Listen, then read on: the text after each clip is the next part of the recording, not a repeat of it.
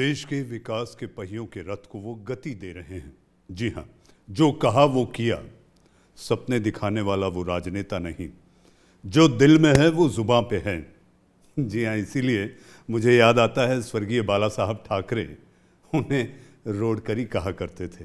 और इतना ही नहीं तो अब वक्त के साथ जिस तरह उन्होंने काम किया, अब लोग उन्हें पुलकरी भी कहने लगे हैं। आगे बढ़ते हैं। उनके काम की गूंज न केवल देश में बल्कि पड़ोसी दुश्मन मुल्क के देश तक जा रही है, जिससे वो देश भी अब थर थर कांपने लगा है। न्यू इंडिया, जी हाँ, न्यू इंडिया कैसा होगा? इंडिया के कई सवाल हैं और इन सवालों का जवाब देने के लिए कोई और नहीं बल्कि केंद्रीय मंत्री नितिन गडकरी। जी हाँ, सड़क, परिवहन और राजमार्ग मंत्री हैं आप। और इसके साथ साथ पार्टी के कद्दावर नेता भी। हमारे साथ नितिन गडकरी जी मौजूद हैं। नितिन जी, न्यूज़ इंडिया में आपका बहुत बहुत स्वागत है। आपका इंटरव्यू है और देश सुनना चाहता है कि आखिर न्यू इंडिया कैसा होगा। मुझे याद आता है नितिन जी, आपकी एक किताब थी इंडिया एस्पायर्स, 2013 में आपने मुझे दी थी अपने हस्ताक्षर लिखकर। इसमें एक लाइन है Nitin ji, redefining politics of development. ये 2013 की है, जब आपकी सरकार नहीं थी। इसकी शुरुआत पहले पन्ने से होती है नितिन जी, जिसमें कहा गया है, और मुझे ऐसा लगता है कि लोग भी उसी तरह चीज़ों को देखते हैं। An idea that is developed and put into action is more important than an idea being with self. देखिए, सबसे पहले तो मैं आपके चैनल को विशेष रूप से शुरुआत कर रहे इस बात को लेकर हृदय से बहुत बहुत शुभकामनाएं और शुभेच्छाएं देता हूँ। देखिए, यह देश समृद्ध है, संपन्न है और इस देश में पोटेंशियल है दुनिया की महाशक्ति बनने का। पर दुर्भाग्य से 75 साल अब हम पूरे कर रहे हैं। तो देश के इतिहास का मूल्यांकन ऐसा है कि we are a rich nation with a poor population. इसका मतलब काम नहीं किया किसी ने, ऐसा नहीं है, काम किया है। देश धनवान है, पर देश धनवान है पर जनता गरीब है। और इसलिए स्वाभाविक रूप से धनवान देश के धनवान नागरिक अगर बनना है तो एग्रीकल्चर, इंडस्ट्री, टेक्नोलॉजी, सभी क्षेत्रों में हमें बेंचमार्क, इंटरनेशनल बेंचमार्क तक पहुंचना होगा। अब बेंचमार्क तक पहुंचने में सबसे पहली आवश्यकता ये कि क्या हमारे पास वो रॉ मटेरियल है, वो नॉलेज है, हमारी मैन पावर में वो ताकत है। इसका जवाब हाँ है। और इसलिए दुनिया में बदलती हुआ जो नॉलेज एज ए पावर है, innovation, entrepreneurship, science, technology, research, skilled, और जिसको हम आइडिया कहते हैं, इनोवेटिव आइडियाज़। आपके आइडिएशन को लेकर भी आपकी चर्चा होती है कि लीडर विथ आइडियाज़। सर, ये सभी को जब हम मूर्त रूप में क्रियान्वयन में लाएंगे तो देश बदल जाएगा। जैसे उदाहरण के लिए अब हम लोग 8 लाख करोड़ का पेट्रोल डीजल इंपोर्ट कर रहे हैं, क्रूड ऑयल, और 5 साल में ये 25 लाख करोड़ का होगा। और देश के इकोनॉमी के 25 लाख करोड़ अगर देश के बाहर जाएंगे तो देश का कितना नुकसान होगा। तो मैं आज यही बात कहता हूँ कि हमारा किसान अन्नदाता नहीं, ऊर्जादाता बने। और किसान पेट्रोल डीजल का, गैस का पर्याय दे, बिजली का पर्याय दे। और ये संभव होते हुए दिख रहा है। और ये बढ़ जाएगा तो 25 लाख करोड़ का इंपोर्ट बचेगा। अगर वो बचेगा तो ये पैसा किसानों के जेब में जाएगा, गरीबों के घर में जाएगा, युवाओं को रोजगार मिलेगा और हमारा पोल्यूशन, एयर पोल्यूशन कम होगा। तो ये जो नई आइडिया है, नई टेक्नोलॉजी है, नई इनोवेशंस हैं, जो आत्मनिर्भर भारत की ओर ले जा रहे हैं, यही सपना प्रधानमंत्री जी का है। और वही आत्मनिर्भर भारत, शक्तिशाली भारत, समृद्ध संपन्न भारत, भय, भूख, आतंक और भ्रष्टाचार से मुक्त भारत, यही हमारा सपना है। और यही सपना हमको कम समय में पूरा करना है।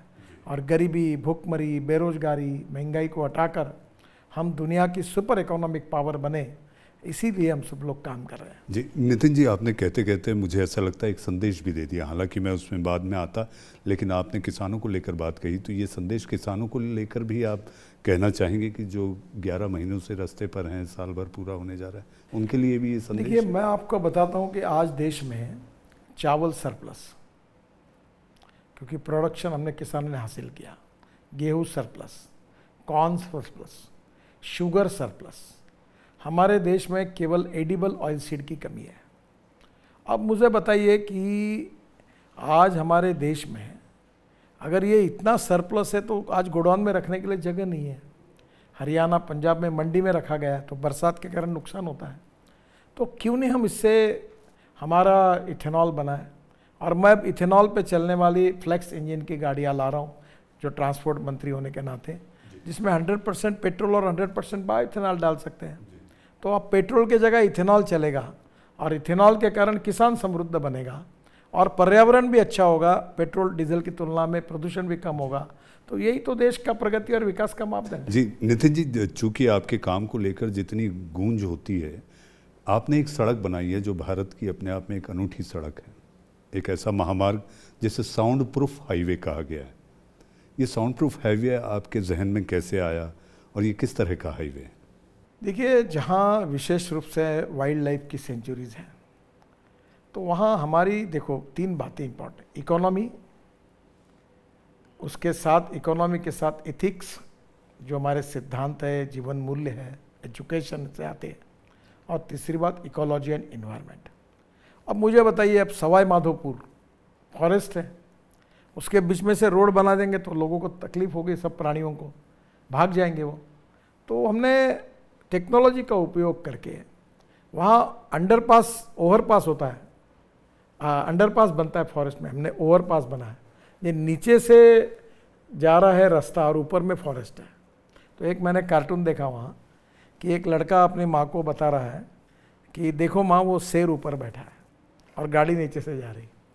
तो ये हमारी पर्यावरण की रक्षा करना हमारा कर्तव्य है। एक तरफ पर्यावरण की भी रक्षा करना, air pollution, water pollution, sound pollution ये कम करना इंटरनेशनल बेंचमार्क तक, और दूसरी ओर देश का विकास करना। इसी के आधार पर हमें काम करना चाहिए और दोनों का संतुलन बनाकर देश का विकास हो। इसीलिए हमने इस प्रकार की चिंता करते हुए ऐसे हाईवे भी बनाए हैं और उस प्रकार से लोगों की भी चिंता अनेक जगह पर इस प्रकार के साउंड बैरियर्स लगाए। अभी देखो आप, जो हॉर्न बजते हैं उसका आवाज़ ऐसा आता है कि कान में घूमता है, ये हमारे स्वास्थ्य पर परिणाम करता है। तो मैं कोशिश कर रहा हूँ कि अब हॉर्न में भी भारतीय वाद्यों के सुमधुर आवाज़ निकले और जिससे कान को तकलीफ नहीं होगी, और वो कितने डेसिमल का होगा तो इतना ही होगा कि सामने वाले को पता चले। और जो सायरन्स बजते हैं पुलिस के, एम्बुलेंस के, वो भी ऐसे लगे कि लोगों को लगे सुनना चाहिए। संगीत में हाँ, अभी देखो ऑल इंडिया की रेडियो की स्थापना हुई तो एक जर्मन आर्टिस्ट ने सुबह 5:30 बजे जब हमारी आकाशवाणी शुरू होती थी तो एक ट्यून बजती थी, बहुत सुंदर थी।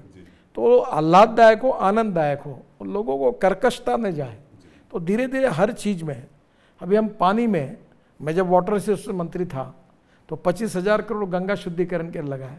अभी यमुना में, दिल्ली में हमने 6,000 करोड़ दिए ताकि यमुना का पोल्यूशन दूर हो। तो water pollution, air pollution, sound pollution, Bharat Swachh Bharat का अभियान प्रधानमंत्री जी ने चलाया, solid waste management, liquid waste management, इन सब से हम ऐसा उद्दिष्ट हासिल करेंगे कि सही में हमारा देश ये स्वच्छता के लिए, एनवायरनमेंट के इसमें इंटरनेशनल बेंचमार्क के बराबर में जाएगा तो सस्टेनेबल जीवन मिलेगा, तो स्वास्थ्य अच्छा होगा, मेडिसिन कम यूज़ करने पड़ेंगे, डॉक्टर को जाने की आवश्यकता नहीं पड़ेगी। तो यही बात है कि हमको सभी दृष्टि से हमारी जनता को, हमारी लोगों को समृद्ध, संपन्न और शक्तिशाली करके सस्टेनेबल लाइफ देना है। यही लोकतंत्र में हमारा कर्तव्य है। नितिन जी, एक बात, एक आपकी ऐसी महत्वाकांक्षी योजना दिल्ली टू मुंबई महामार्ग, और हाल ही में हमने देखा भी था कि आप खुद इसका दौरा किया आपने कि वो विकास काम कैसे चल रहा है, कब तक सड़क पूरी होगी। 12 घंटे में दिल्ली से मुंबई के सफ़र की बात है। तो ये काम कब तक पूरा होगा और इसको लेकर आपको लगता है लगभग 1 लाख करोड़ का बजट है इस सड़क का, तो ये कितने जल्दी पूरा होना आपको लगता है? शायद 1-1.5 साल में पूरा हो जाएगा। जैसे करीब 65-70% काम पूरा हुआ है। लैंड हमारे पोजीशन में आई है, रात दिन काम चल रहा है। मैंने इसकी ट्रायल भी ली है और बहुत अच्छा रोड है। नितिन जी, आपने ट्रायल ली, लेकिन स्पीड को लेकर बात आती है। आपने सड़कें तो चमचमाती बना दी, लेकिन गाड़ियों की जो रफ्तार है वो रफ्तार 140-160 से आगे। आपको लगता है कि अब समय आ गया कि जब सड़कें इतनी अच्छी हैं तो गाड़ियों की रफ्तार भी बढ़ाई जानी चाहिए? आपको इसके बारे में निश्चित रूप से नहीं बताऊंगा, पर हम लोग विचार कर रहे हैं कि दो लेन, टू लेन पे शोल्डर सड़क, 4 लेन की सड़क, 6 लेन की सड़क, 8 लेन की सड़क, एक्सिस कंट्रोल एक्सप्रेस हाईवे, तो इन सब के नॉर्म्स अभी जो है, जिस प्रकार से सड़क अच्छी बनी है उसके बारे में सुधार करने की आवश्यकता है, और सब लोगों का सलाह लेकर जल्दी है इसके ऊपर हम कोई ना कोई निर्णय करेंगे। जी नितिन जी, महत्वपूर्ण सवाल आता है, राष्ट्र की आवाज़, राष्ट्र की धड़कन। आपने जो काम जिस तरह से LAC के आसपास आपने जो शुरू किया है, और हमारा पड़ोसी दुश्मन मुल्क जो लगातार बीच बीच में ड्रैगन की तरह अपने फन उठाता रहता है, आधारभूत ढांचा ज़रूरी है सीमा के आसपास। आपने वो काम शुरू किया, 3500 किलोमीटर की सीमा, लद्दाख से लेकर अरुणाचल तक। अब हम अपने दुश्मन मुल्क की हलक तक पहुंच जाएंगे ये सड़क बनने के बाद? देखिए, हमें किसी के हद तक पहुंचना नहीं है, हम विस्तारवादी नहीं हैं, पर हमारे सीमावर्ती भाग में जो लोग रहते हैं उनको पानी, water, power, transport and communication देना, ये कल्याणकारी राज्य में हमारा कर्तव्य है। तो उनके तक हम रोड पहुंचा रहे, इतना ही मैं कहूँगा। हमें किसी दुश्मन के साथ कुछ करना है इसके लिए नहीं। बाकी इसके बारे में डिफेंस मिनिस्ट्री है और विदेश मंत्रालय है, वो अपनी सोच करेंगे। मेरा कर्तव्य इतना ही है कि सीमावर्ती भाग में जो लोग रह रहे, अब जैसे लद्दाख लेह को 6 महीने रोड बंद होता है, उनको फल फूल सब्जियां दूध कुछ नहीं मिलता, उनको सब स्टोर करना पड़ता है। तो अब झोजिला टनल बन जाएगी तो उनको सब माल मिल जाएगा, तो एक प्रकार से नया जीवन उनको मिल जाएगा, वही हम कर रहे हैं। जी, जिस तरह से अरुणाचल में भी तवांग की जो दूरी है वो ट्रैवलिंग डिस्टेंस कम होगा, और उसके साथ साथ हमारी सेना को भी इससे मदद मिलेगी असलाह पहुंचाने में, बाकी सारी चीज़ें। तो ये सड़क का जो इंफ्रास्ट्रक्चर है और जो आधारभूत ढांचा जो बुनियादी तौर पे बनाया जा रहा है, ये सेना को इसकी मदद मिलेगी। और जनरल नरवणे ने भी आपसे मुलाकात की थी। हाँ जी, देखिए, सेना को क्या मदद मिल रही है और सेना को क्या चाहिए, डिफेंस रिक्वायरमेंट के प्रश्न है, वो मेरे डिपार्टमेंट के अधीन नहीं है।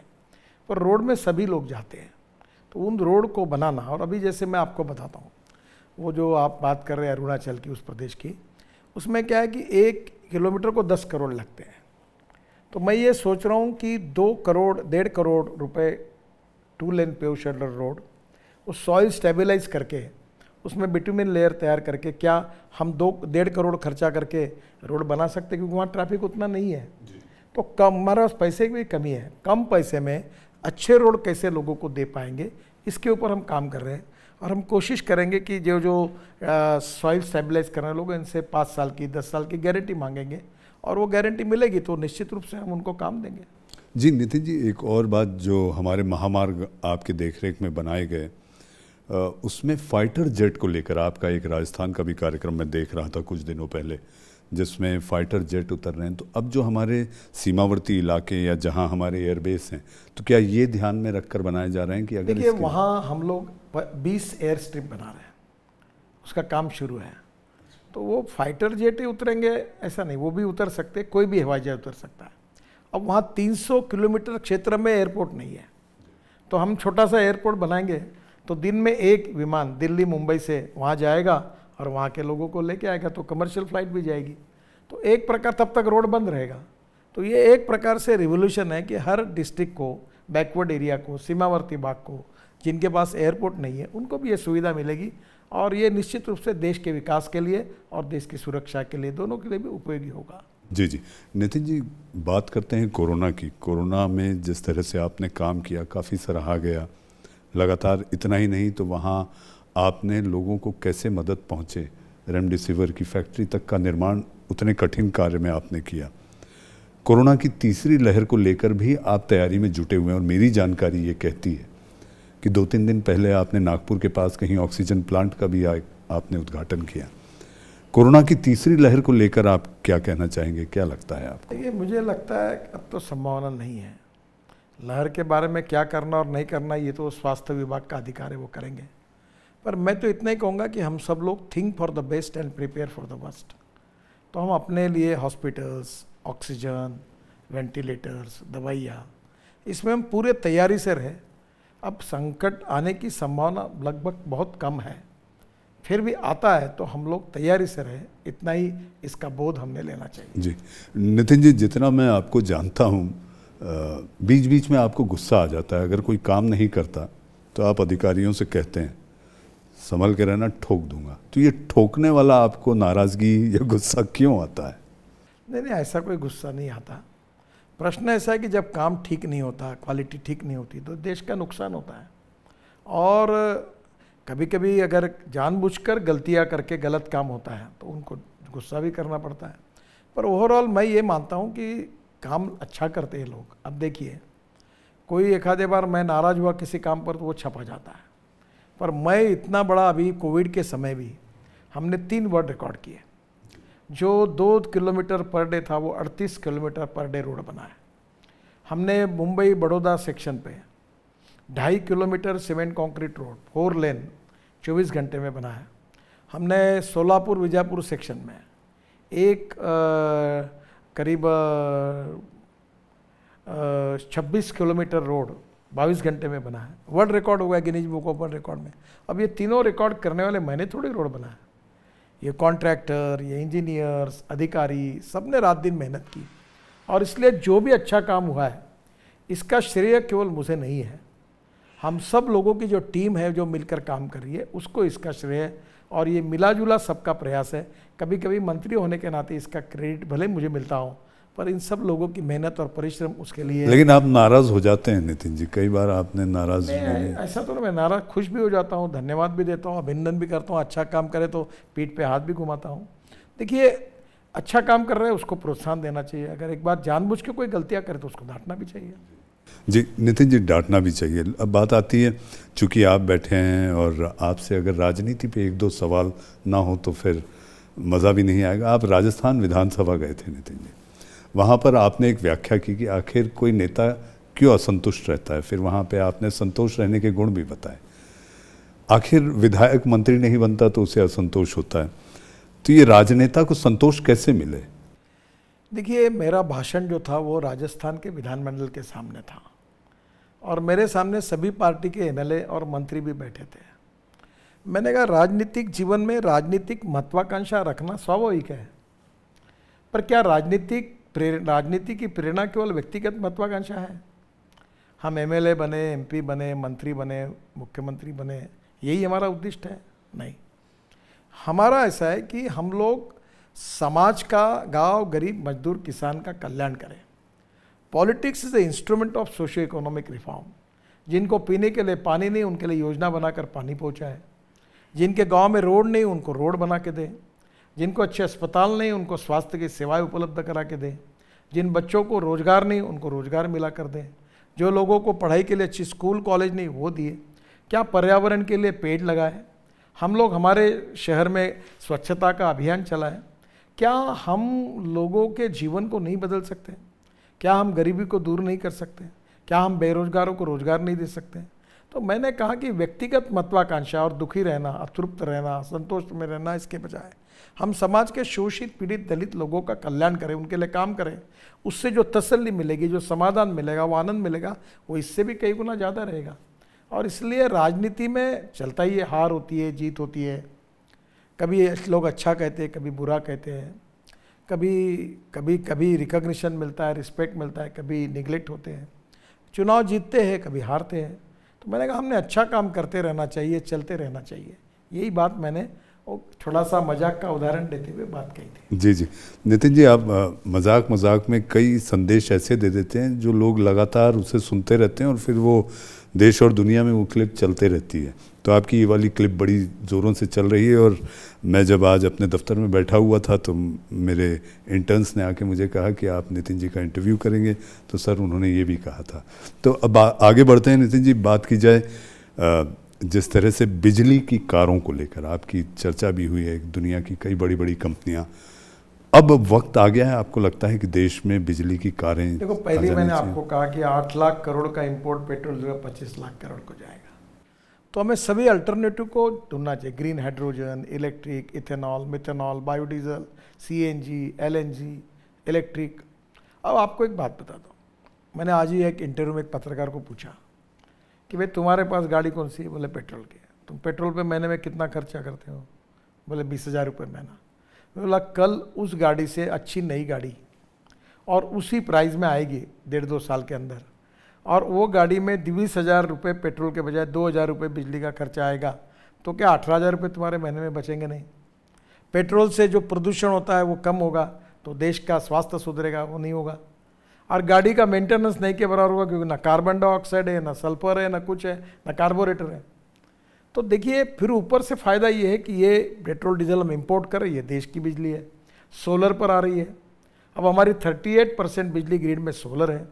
तो मुझे बताइए कि इसमें तो देश का कल्याण है, समाज का कल्याण है, गरीब का कल्याण है। फिर ये इंडस्ट्री खुलने से हमारी गाड़ियाँ एक्सपोर्ट होगी, हमारी स्कूटर एक्सपोर्ट होगी, हमारी ऑटो रिक्शा एक्सपोर्ट होगी, हमारी बसेस एक्सपोर्ट होगी इलेक्ट्रिक पर। हम देश में आज 7.5 लाख करोड़ की ऑटोमोबाइल इंडस्ट्री है, और मिनिस्टर करके मेरा सपना है कि 15 लाख करोड़ की इंडस्ट्री 5 साल में बने। आज देश में सबसे ज़्यादा रोजगार देने वाली इंडस्ट्री है, सबसे ज़्यादा स्टेट गवर्नमेंट और सेंट्रल गवर्नमेंट को रेवेन्यू देने वाली इंडस्ट्री है। तो क्या इससे हमारे देश का फ़ायदा नहीं होगा? आप मुझे बताइए कि इससे रोजगार भी, आज 50 लाख रोजगारी इंडस्ट्री दिया, कल 1 करोड़ रोजगार मिलेगा। तो देश की प्रगति होगी, विकास होगा, पर्यावरण की रक्षा होगी, और आपकी भी बचत होगी।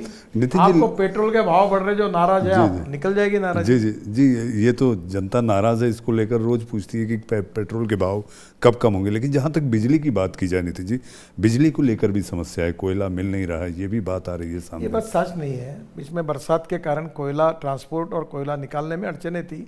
अब कोई प्रॉब्लम नहीं, हम कोयला, हमने माइंस को 50% मोदी जी के नेतृत्व में हमने उसको परमिशन दी है, और कोयले का प्रोडक्शन लगातार बढ़ रहा है, और आने वाले समय में कोयले का इंपोर्ट तक बंद हो जाएगा। तो मुझे लगता है कोई कोयले की कमी नहीं है। दूसरी तरफ सोलर एनर्जी बढ़ रही है, अब हम लोग हाइड्रो पावर को भी बढ़ा रहे हैं। तो मुझे लगता है कि आने वाले समय में न्यूक्लियर पावर में भी जाएंगे। तो आने वाले समय में निश्चित रूप से हम ऊर्जा के क्षेत्र में हम पीछे नहीं रहेंगे। मैं किसानों को वही कहता हूँ, अन्नदाता नहीं ऊर्जादाता बनो। जी नितिन जी, ये बड़ा संदेश है, लेकिन मुझे पता है आपके पास वक्त कम है, लेकिन जाते जाते 1-2 छोटे सवाल हैं। अगर मैं पूछूं, नितिन गडकरी जी क्या करना चाहते हैं अभी? मैं अपना घर परिवार संभाल कर देश के लिए, समाज के लिए अपने जीवन में काम करना चाहता हूँ। जो समाज के शोषित है, पीड़ित है, दलित है, सोशली, इकोनॉमिकली, एजुकेशनली बैकवर्ड है, उनके जीवन में जो अंधेरा है उसको दूर करने की कोशिश करूँगा। और पंडित दीनदयाल उपाध्याय जी का अंत्योदय का जो विचार है कि जो समाज के शोषित पीड़ित दलित हैं, जिनके पास रहने के लिए मकान नहीं, खाने के लिए रोटी नहीं, शरीर पर कपड़ा नहीं है, उन दरिद्र नारायण को मैं भगवान मानकर उनकी निरंतर सेवा करो, तभी जब उनको ये मिल जाएगा तभी अपना सपना पूरा होगा। इसी विचार को अनुकरण करता हूँ। मैं आप अच्छी बात बताता हूँ, मैंने हाईवे बनाए, फ्लाईओवर्स बनाए, ब्रिजेस बनाए, पर मुझे एक ने कहा कि आपके जीवन में सबसे बड़ा काम कौन सा हुआ? तो मैंने कहा, मैं जब ट्रांसपोर्ट मंत्री बना तो इस देश में 1 करोड़ लोग साइकिल रिक्शा चलाते थे, हाथ ठेला ढकलते थे, वो जो ठेले पे सामान रख के चलाते थे। तो मैंने मैकेनिज्ड ड्रिवन ई रिक्शा लाया, मैकेनिज्ड ड्रिवन ई कार्ट लाया, और आज 50 लाख लोग, अब उनका शोषण बंद हो गया। अब उनको मानवता के आधार पर न्याय मिला। जो दीनदयाल उपाध्याय जी कहते थे कि जिस दिन इन व्यक्तियों का ये काम बंद हो जाए वो देश में सुनहरा दिन होगा। राम मनोहर लोहिया जी कहते थे कि मैं कभी इस रिक्शा में नहीं बैठूंगा। आज 50 लाख लोग इससे हट गए। अब बड़े प्रमाण पर नॉर्थ ईस्ट, आसाम, अरुणाचल, मेघालय सब ई रिक्शा आई, ई ऑटो रिक्शा आई। अब आने वाले समय में ई कार्ट आ रहे, अब भेलपुरी भी इलेक्ट्रिक गाड़ी पर मिल रही। तो ये एक मेरा सपना पूरा होगा कि अब आदमी माल को ढोने का काम नहीं करेगा। जैसे वो गांधी जी ने कहा था कि आदमी जो महिला लेकर चलते थे वो जितना दुखी था, उतना ये भी है कि एक साइकिल रिक्शा में 3 लोग बैठ के वो बेचारा खींचता था। ये मानवीय शोषण था। और मेरे जीवन में उन गरीब लोगों को मैकेनिज्ड ड्रिवन ई रिक्शा मिला और उनका नया जीवन मिला। यही मेरे जीवन की सबसे बड़ी उपलब्धि है। उन्हीं लोगों के लिए मेरी ताकत और औकात इतनी नहीं है, आसमान फटा हुआ है। पूरे दुनिया के गांव, गरीब, मजदूर, किसान का कल्याण मैं नहीं कर सकता, पर जितनी मेरी क्षमता होगी, जितना काम मैं कर सकता हूँ, मैं अपना घर परिवार संभाल कर किसानों के लिए, गांव, गरीब, मजदूर, किसानों के लिए काम करूँगा, करते रहूँगा। और मेरी राजनीति की डेफिनेशन भी यही है कि politics is the instrument of socio economic reform, और मैं इसी उद्देश्य के लिए काम कर रहा हूँ। छोटा सा कार्यकर्ता हूँ, मेरी क्षमता बहुत बड़ी नहीं है। जब तक हूँ तब तक यही काम को मिशन के रूप में मानकर मैं करते रहूँगा। जी नितिन जी, आप योग को लेकर भी पिछले कोरोना के काल में आपने योग भी शुरू किया है, और आपको खाना बनाने को लेकर भी थोड़ी रुचि बढ़ती जा रही है। तो ये झुकाव आपका परिवार के प्रति, यानी राजनीतिक जीवन से ज़्यादा? मैं जीवन में कभी नाटक देखता हूँ, पिक्चर देखता हूँ, कवि सम्मेलन देखता हूँ, संगीत सुनता हूँ, कविताएं सुनता हूँ, अब ये कोविड के टाइम में पीरियड में खाली था, तो मैं यूट्यूब पर वो अलग अलग रेसिपीज देखता था, तो मुझे खाने का भी शौक़ है, तो वो बनाने लगा, तो मैं भी घर में पढ़ाने लगा, बनाने लगा। तो मैं अब खाता कम हूँ, क्योंकि अब मैंने अपना वज़न भी काफ़ी कम कर लिया है। पर अब एक अच्छी बात हुई, जो मेरा स्वास्थ्य काफ़ी अच्छा हो गया, तो मैं 1 घंटा प्राणायाम करता हूँ रोज़ और 1 घंटा एक्सरसाइज करता हूँ, और ये दोनों के कारण मेरा जीवन काफ़ी बदल गया। मेरा स्वास्थ्य बहुत अच्छा है। मैं सबको कहूँगा कि वो प्राणायाम रोज करिए, आपके जीवन को वो बदल देगा। जी, तो जैसा मैंने पहले आपसे कहा था, जी हाँ, सपने दिखाने वाला नेता नहीं, जो बोलता हूँ वो करता हूँ। बात यहाँ से हुई है, यहाँ से नहीं, और जो उन्होंने कहा है वो पूरा भी करेंगे। नितिन जी, आप न्यूज़ इंडिया में आए, आपने हमसे बात की, आपका बहुत बहुत धन्यवाद और शुक्रिया। Thank you.